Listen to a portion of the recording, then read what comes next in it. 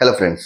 आप बिजनेस करने की सोच रहे हैं, आपके पास एक बहुत अच्छा आइडिया, बट आपको समझ में नहीं आ रहा है कि आप प्राइवेट लिमिटेड कंपनी बनाएं, पार्टनरशिप फर्म या एलएलपी बनाएं या सोल प्रोप्राइटरशिप फर्म बनाकर अपना बिजनेस को स्टार्ट करें।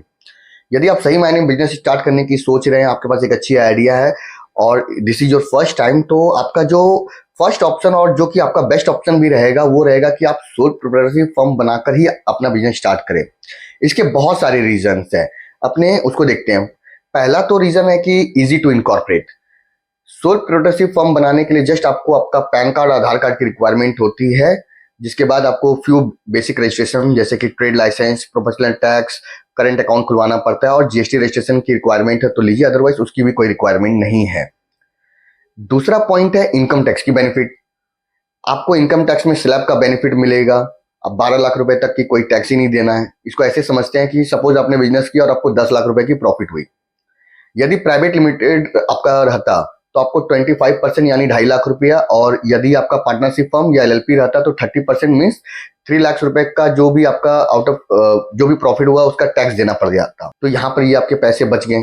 मोटा मोटी 2.5 से 3 लाख रुपए जो आपका सेव हुआ है, ये आप यूज कर सकते हो अपने बिजनेस को फ्यूल करने में, प्रोडक्ट प्रोक्योरमेंट में, मार्केटिंग में, डेवलपमेंट में, इंफ्रास्ट्रक्चर डेवलपमेंट में। अब जो भी आपका यूजिलिटी है उस पर आप यूज कर लो। तीसरा पॉइंट है कि आप किसी भी तरह का इसमें बिजनेस कर सकते हो। कोई रेस्ट्रिक्शंस नहीं है, कोई लिमिट नहीं है। आपको जो भी आपके मन में बिजनेस आ रहा है आप सारा बिजनेस कर सकते हो, चाहे आपका मैन्युफैक्चरिंग ही क्यों ना हो, आप सर्विस ओरिएंटेड बिजनेस क्यों ना हो, आप इंपोर्ट एक्सपोर्ट करना ही क्यों ना चाह रहे हो, या ई कॉमर्स पोर्टल पे अपना प्रोडक्ट बेचना चाह रहे हो, सारा बिजनेस कर सकते हैं बशर्ते आप बैंक वैंक खोलने की ना सोच रहे हो।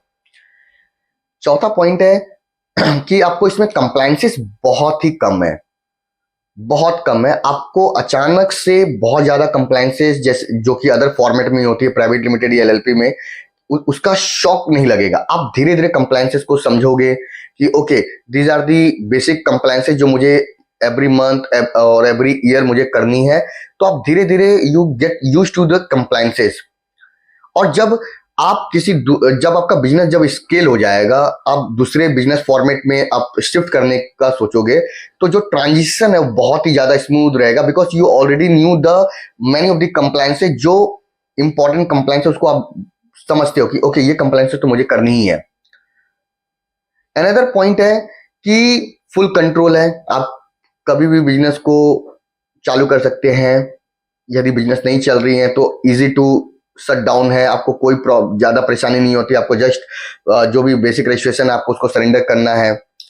दूसरे स्टेट में आप तुरंत मूव कर सकते हो। एक्सेस बहुत अच्छा है इसमें, easy to incorporate, easy to shut down, tax की भी बेनिफिट मिल रही है, कोई भी बिजनेस कर सकते हो। तो आपको जब भी बिजनेस स्टार्ट करने की सोचे या आपका कोई फ्रेंड सोच रहा हो तो उसको जरूर ये सलाह दे कि आप भाई आप जो है सोल प्रोप्राइटरशिप फर्म बनाकर ही आगे बढ़े।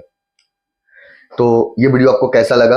अच्छा लगा तो अपने उन दोस्तों या अपने फैमिली मेंबर के साथ शेयर करें जो बिजनेस स्टार्ट करने की सोच रहे हैं।